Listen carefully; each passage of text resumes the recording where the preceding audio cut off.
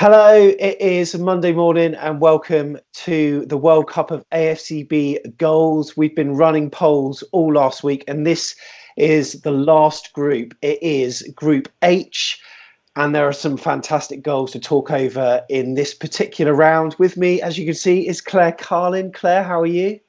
I think I'm probably about the same as everyone else at the moment in this world.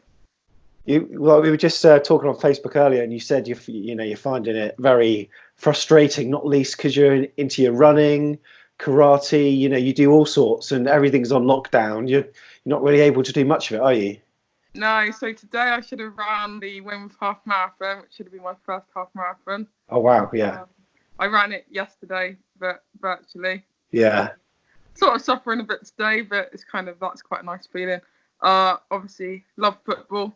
Yeah. Love running, love karate, love park run, love a bit of tourism on the way to Bournemouth games. Yeah. And I love my job in the gym as well. And obviously we got closed on Friday as well. Oh, so it's not ideal. You're just hoping, like us, that the season's going to be recommencing as soon as possible, really, I suppose. Yeah, want football back, want everything back, really. Massively. Yeah, it's not just the.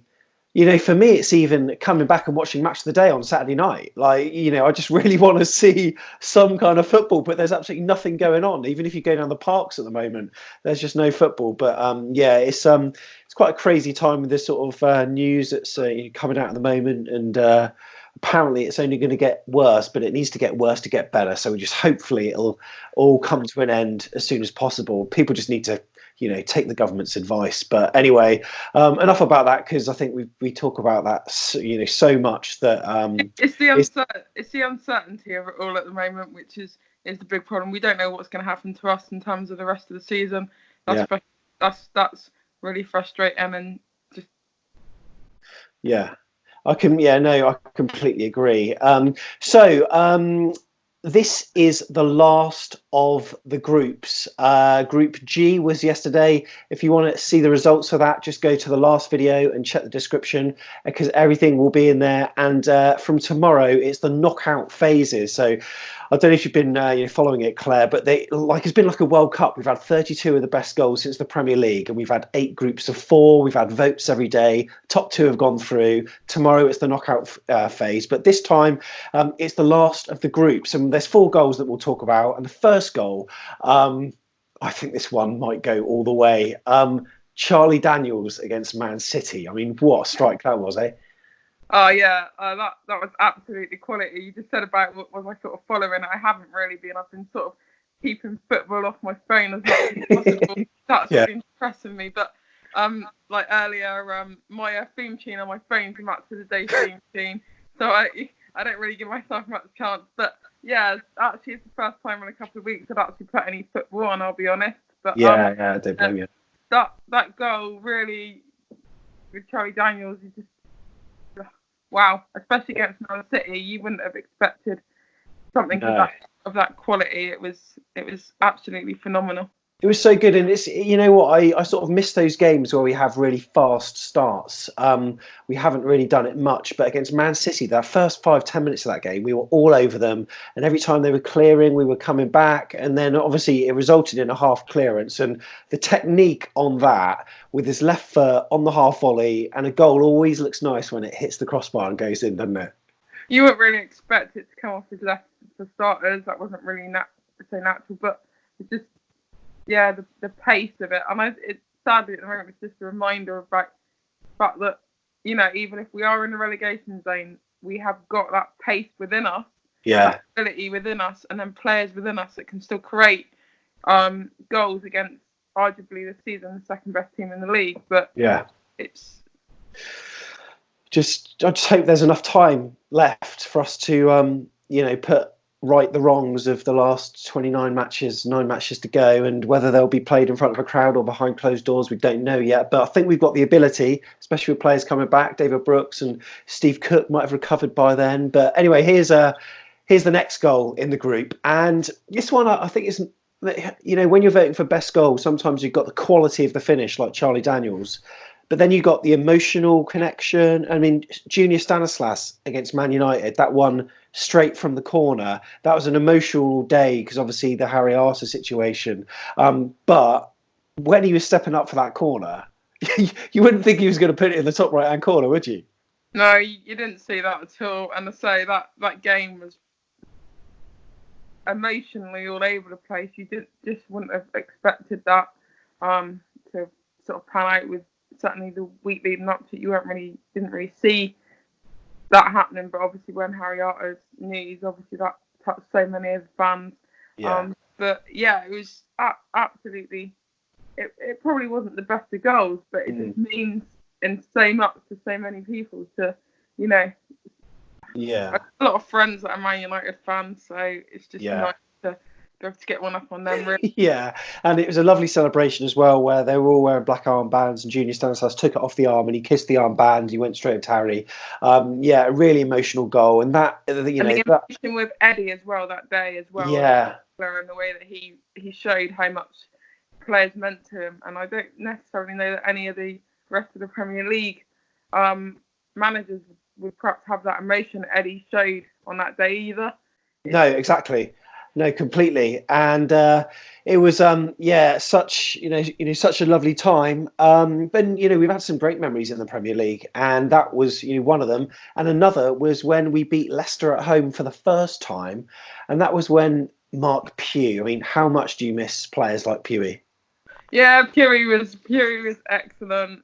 I know it's my always was my mum's favourite player of like all time as well. Yeah. I like Pugh a lot. It's just the emotion, and he did a good shift for us for so long. Yeah.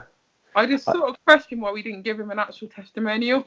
That's one thing that I still question. I think we should have marked his leaving our club because he was so impactful as a player for us.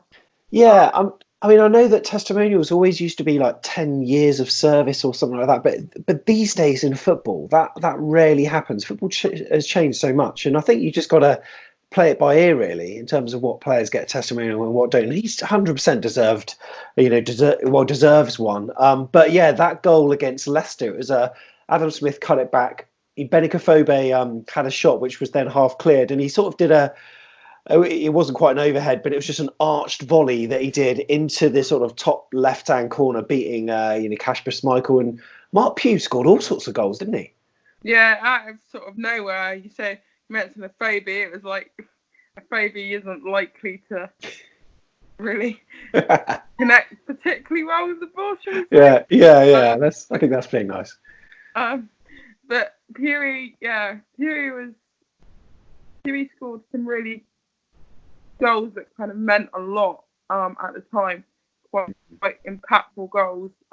Maybe a lot of his goals weren't like the best of quality, so some of them were like kind of fairly mediocre goals, but they all seem to come at sort of crucial times. Yeah, just another example, really. Yeah, I completely agree. And then the fourth goal in this group. So during this video, you'll have seen at the top all the cards that you can click to watch each individual goal. And you can do the same with this one, Callum Wilson against Liverpool. That's this season. So our last match that we've had. And it was actually a pretty good team goal. Now, I know there was a little bit of controversy because did he push Joe Gomez? But I thought the build-up was really good because he fed Philip Billing, who waited for Lerma to overlap. And then it was just a really well-worked goal. And when you saw us taking the lead at Liverpool, Claire, I mean, what thoughts did you have going through your head at that point?